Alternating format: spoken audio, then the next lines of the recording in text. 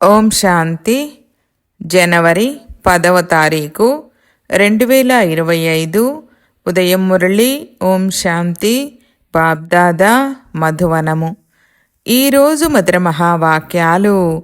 బాబా చెప్తున్నారు, మధురమైన పిల్లలు, తండ్రి మీకు జ్ఞానయోగాల పౌష్టికాహారాన్ని తినిపించి గొప్ప అతిథి సత్కారము చేస్తున్నారు.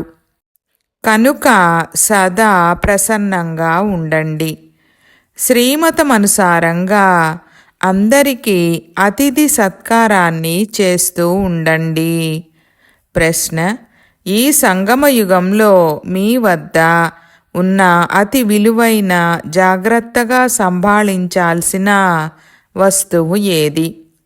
జవాబు: ఈ సర్వోత్తమ బ్రాహ్మణ కులములో మీ జీవితము చాలా విలువైనది. కనుక శరీరాన్ని తప్పకుండా సంభాళించాలి. ఇది మట్టి బొమ్మ, ఎప్పటికైనా సమాప్తమైపోయేదే అని అనుకోకండి. దీనిని జాగ్రత్తగా, ఆరోగ్యంగా ఉంచుకోవాలి. ఏదైనా జబ్బు వస్తే దీనితో విసిగిపోరాదు. నీవు శివబాబా స్మృతిలో ఉండు అని వారికి చెప్పండి.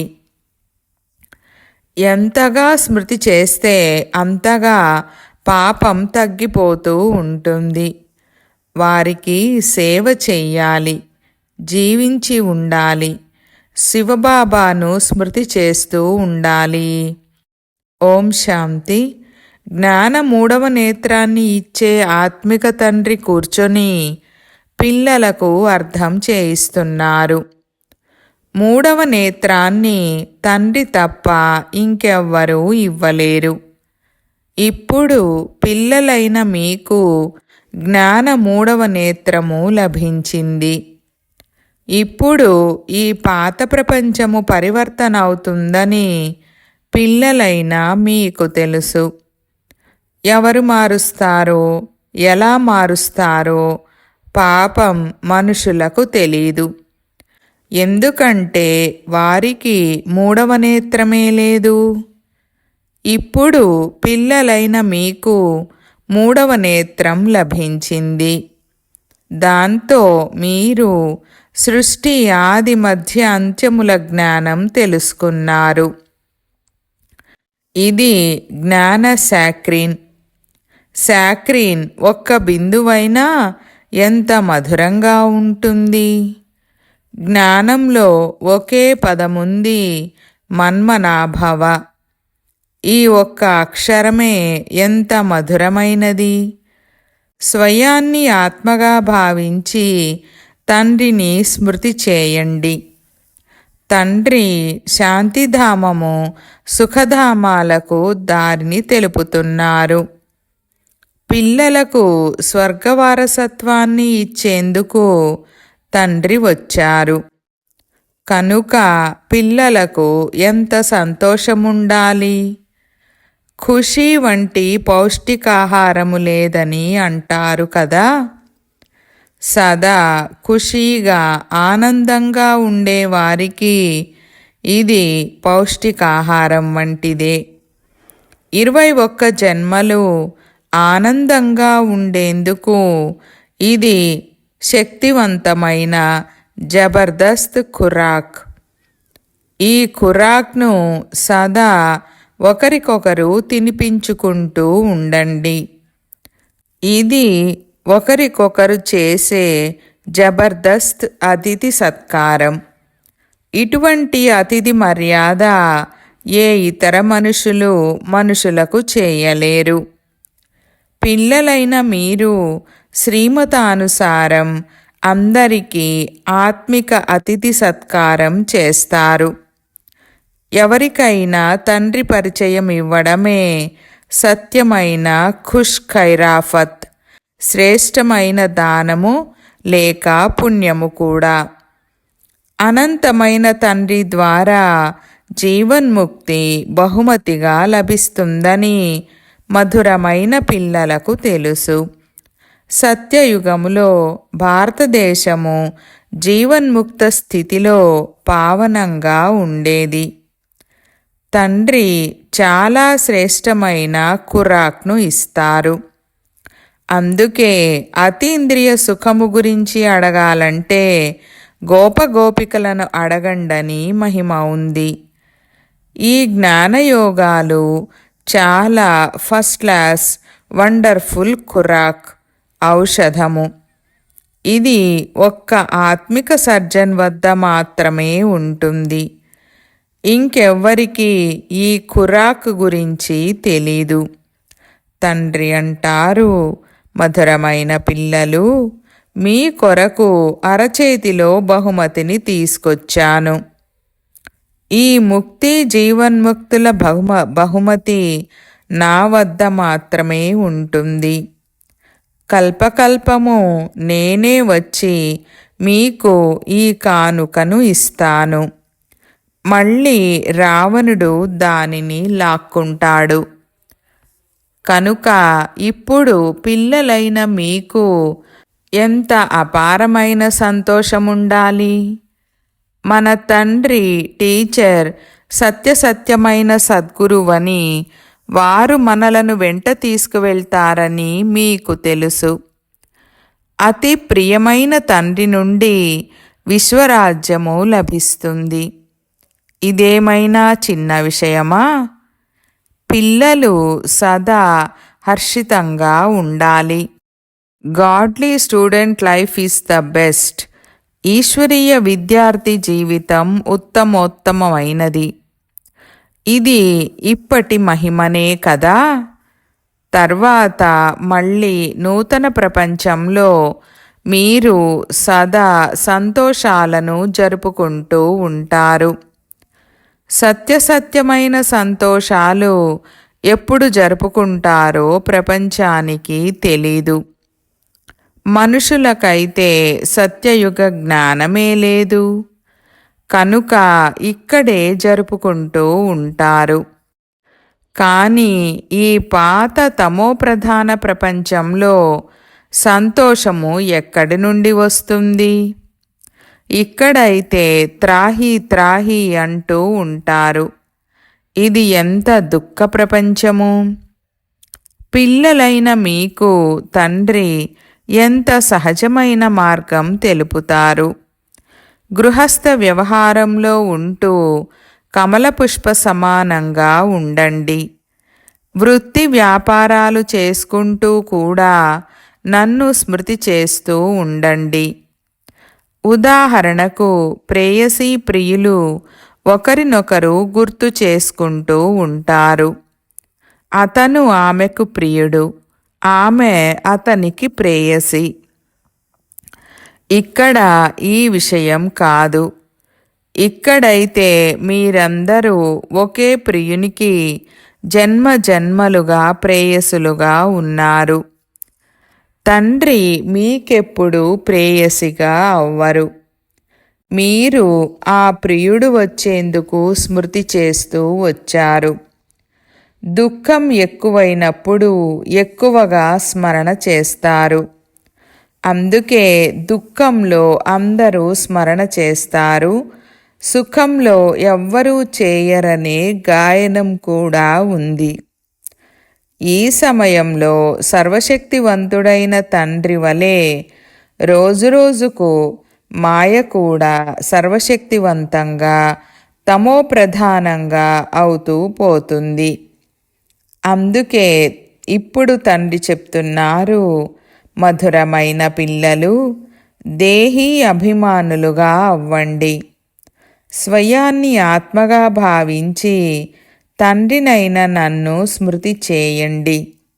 దీంతో పాటు దైవీ గుణాలు కూడా ధారణ చేస్తే మీరు ఇలా లక్ష్మీనారాయణులుగా అవుతారు. ఈ చదువులో ముఖ్యమైన విషయం స్మృతి. ఉన్నతాతి ఉన్నతమైన తండ్రిని చాలా ప్రేమతో, చాలా స్నేహంతో స్మృతి చెయ్యాలి. ఆ ఉన్నతాతి ఉన్నతమైన తండ్రే నూతన ప్రపంచ స్థాపన చేస్తారు. తండ్రి చెప్తున్నారు, పిల్లలైన మిమ్మల్ని విశ్వానికి అధిపతులుగా చేసేందుకే నేను వచ్చాను.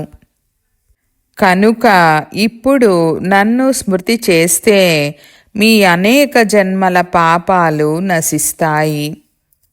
పతిత పావనుడైన తండ్రి చెప్తున్నారు, మీరు చాలా పతితమైపోయారు. కనుక ఇప్పుడు నన్ను స్మృతి చేస్తే మీరు పావనమై పావన ప్రపంచానికి యజమానులుగా అవుతారు. పతిత పావనుడైన తండ్రినే పిలుస్తారు కదా. ఇప్పుడు తండ్రి వచ్చారు కనుక తప్పకుండా పావనంగా అవ్వాల్సి వస్తుంది. తండ్రి దుఃఖహర్త సుఖకర్త. సత్యయుగంలో ఖచ్చితంగా పావన ప్రపంచము ఉండేది కనుక అందరూ సుఖంగానే ఉండేవారు. ఇప్పుడు తండ్రి మళ్ళీ చెప్తున్నారు, పిల్లలు శాంతిధామము సుఖధామాలను గుర్తు చేసుకుంటూ ఉండండి. ఇది సంగమ యుగము. నావికుడు మిమ్మల్ని ఈ తీరం నుండి ఆ తీరానికి తీసుకెళ్తారు. ఒక్కటే నావ కాదు, ప్రపంచం మొత్తం ఒక పెద్ద ఓడవలే ఉంది. దీనిని ఆవలికి తీసుకెళ్తారు. మధురమైన పిల్లలు, మీకు ఎంత సంతోషముండాలి. మీకైతే సదా సంతోషమే సంతోషము. అనంతమైన తండ్రి మమ్మల్ని చదివిస్తున్నారు. వాహ్, ఈ మాటలు ఎప్పుడూ వినలేదు, చదవలేదు. భగవాను వాచ, నేను ఆత్మిక పిల్లలైన మీకు రాజయోగాన్ని నేర్పిస్తున్నాను. కనుక పూర్తిగా నేర్చుకోవాలి, ధారణ చేయాలి, పూర్తిగా చదువుకోవాలి. చదువులో సదా నెంబరు వారుగానే ఉంటారు. నేను ఉత్తమమా, మధ్యమమా లేక కనిష్టంగా ఉన్నానా? నేను ఉన్నత పదవిని పొందే యోగ్యత కలిగి ఉన్నానా? ఆత్మిక సేవ చేస్తున్నానా అని స్వయాన్ని చూసుకోవాలి. ఎందుకంటే తండ్రి అంటారు, పిల్లలు సేవాయోగ్యులుగా అవ్వండి, నన్ను ఫాలో చేయండి. నేను సేవ చేసేందుకే వచ్చాను. రోజు సేవ చేసేందుకు ఈ రథాన్ని తీసుకున్నాను. ఈ రథానికి జబ్బు చేస్తే నేను ఇతనిలో కూర్చొని మురళిని రాస్తాను. నోటి ద్వారా మాట్లాడలేకపోతే పిల్లలకు మురళి మిస్ అవ్వరాదని నేనే కూర్చొని రాస్తాను. కనుక నేను కూడా సేవలో ఉన్నాను కదా. ఇది ఆత్మిక సేవ. మరి పిల్లలు కూడా తండ్రి సేవలో లగ్నమవ్వండి. On god fatherly service. మంచి సేవ చేసేవారిని, మంచి పురుషార్థం చేసేవారిని మహావీరులని అంటారు. బాబా ఆదేశానుసారంగా నడిచి ఎవరు మహావీరులుగా అవుతారో చూడాలి.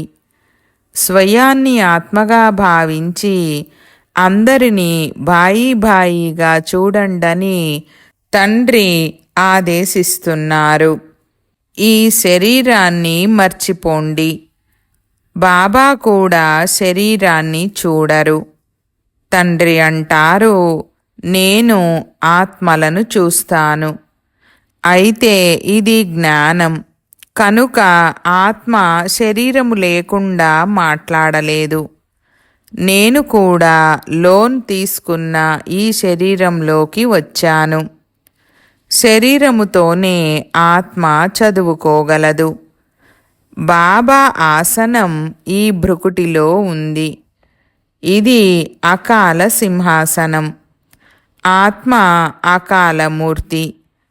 ఆత్మ ఎప్పుడూ చిన్నదిగా పెద్దదిగా అవ్వదు. శరీరం చిన్నదిగా పెద్దదిగా అవుతుంది. ఆత్మలందరికీ వారి భృకుటియే ఆసనం. శరీరాలు రకరకాలుగా ఉంటాయి.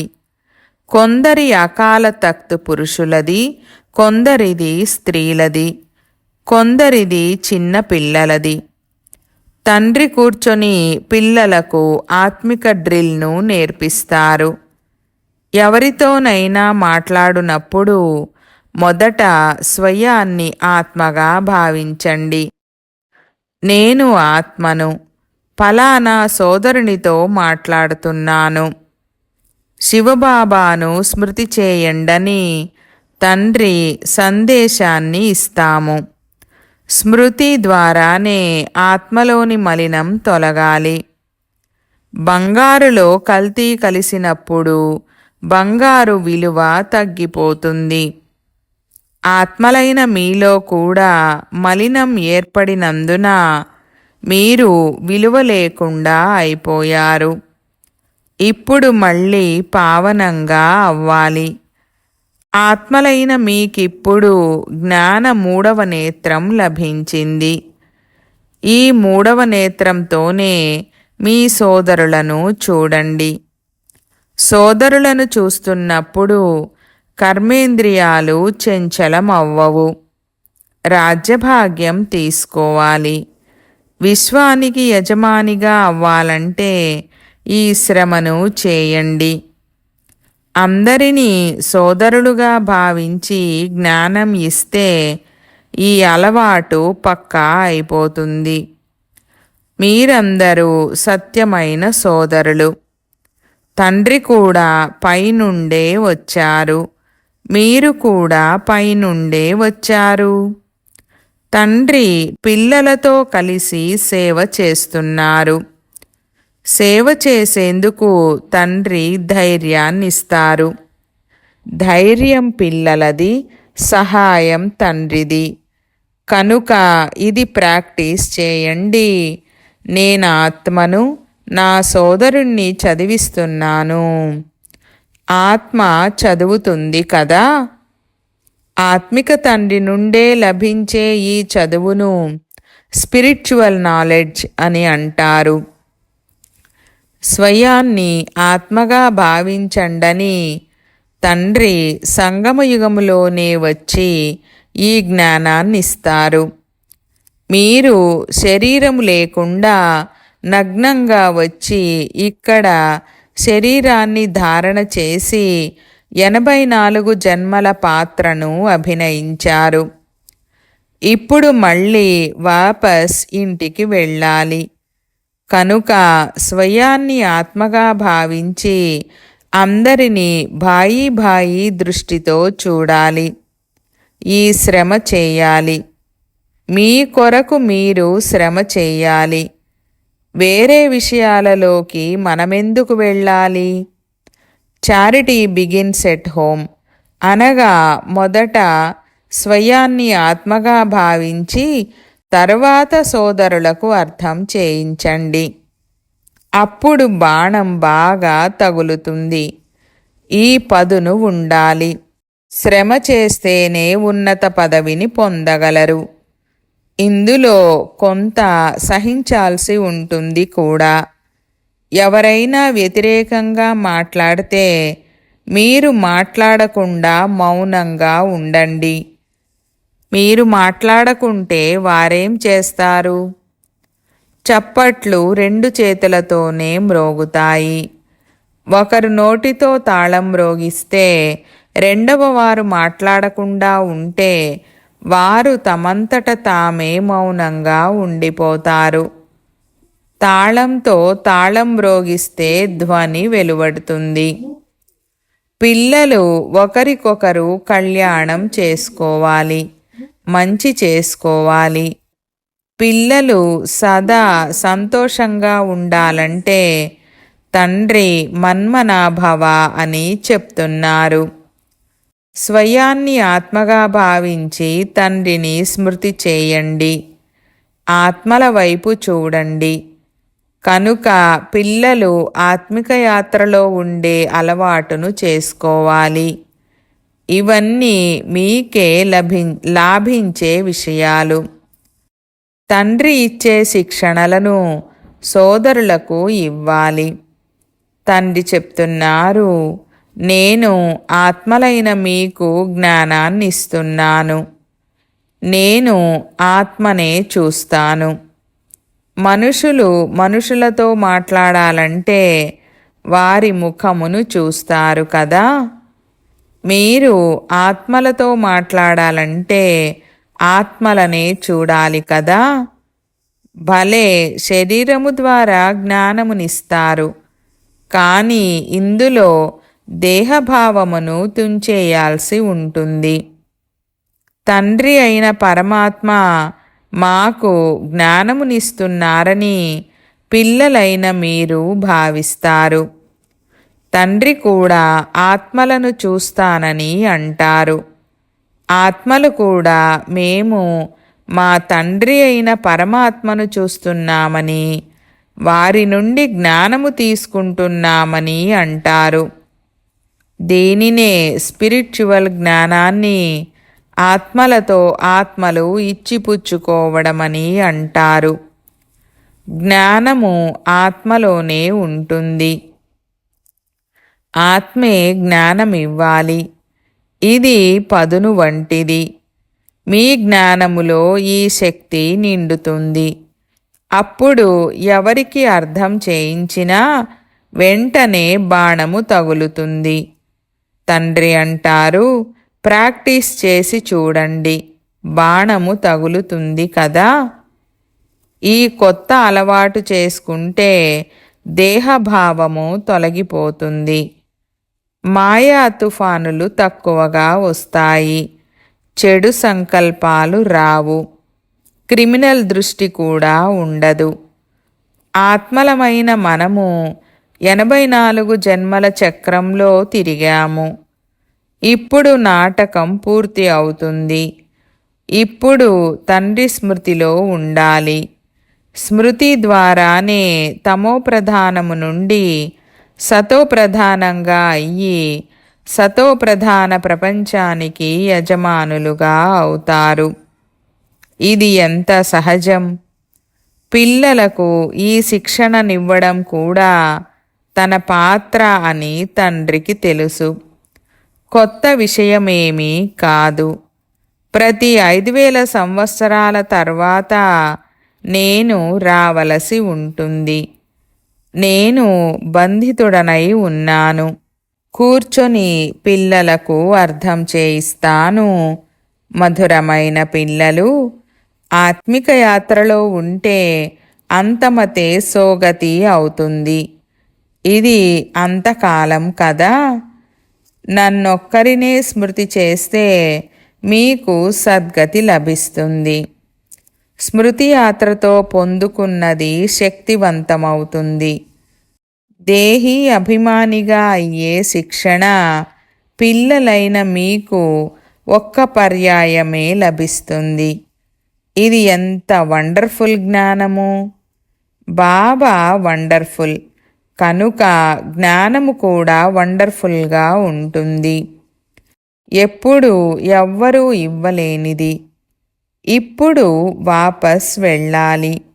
కనుక మధురమైన పిల్లలు, మిమ్మల్ని ఆత్మగా భావించి ఆత్మలకు జ్ఞానం ఇవ్వడం ప్రాక్టీస్ చేయండి. 3వ నేత్రంతో సోదరులను చూడాలి. ఇదే గొప్ప శ్రమ. ఇది మీ బ్రాహ్మణుల సర్వోత్తమ ఉన్నతాతి ఉన్నతమైన కులము.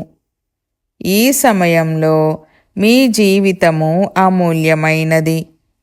కనుక ఈ శరీరాన్ని కూడా సంభాళించాలి. తమోప్రధానమైనందున శరీర ఆయువు కూడా తగ్గిపోతూ వచ్చింది. ఇప్పుడు మీరు ఎంత యోగంలో ఉంటే అంత ఆయువు పెరుగుతూ ఉంటుంది. మీ ఆయువు పెరుగుతూ పెరుగుతూ సత్యయుగంలో 150 సంవత్సరాలుగా అవుతుంది. అందువలన శరీరాన్ని కూడా సంభాళించాలి. ఇది మట్టి బొమ్మ, ఎప్పటికైనా పోయేదే అని అనుకోరాదు. దీనిని ఆరోగ్యంగా ఉంచుకోవాలి. ఇది అమూల్యమైన జీవితం కదా. ఏదైనా జబ్బు చేస్తే దానితో విసిగిపోరాదు.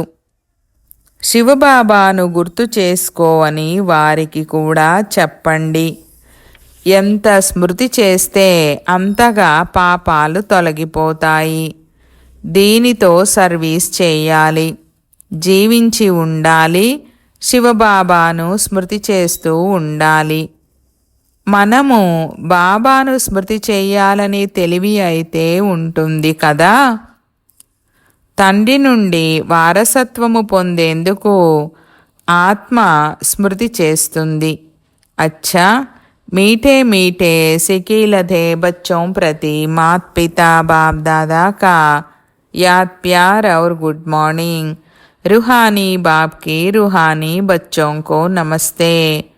हम रूहानी बच्चों की रूहानी बाप दादा को याद प्यार, गुड मॉर्निंग और నమస్తే నమస్తే బాబా నమస్తే.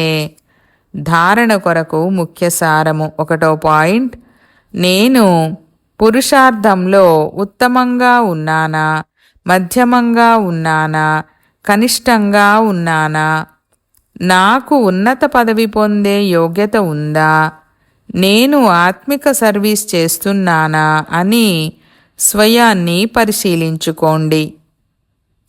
2వ పాయింట్, 3వ నేత్రంతో ఆత్మ సోదరిని చూస్తూ సోదరునిగా భావించి అందరికీ జ్ఞానం ఇవ్వండి. ఆత్మిక స్థితిలో ఉండే అలవాటు చేసుకుంటే కర్మేంద్రియాలు చంచలమవ్వవు. వరదానము.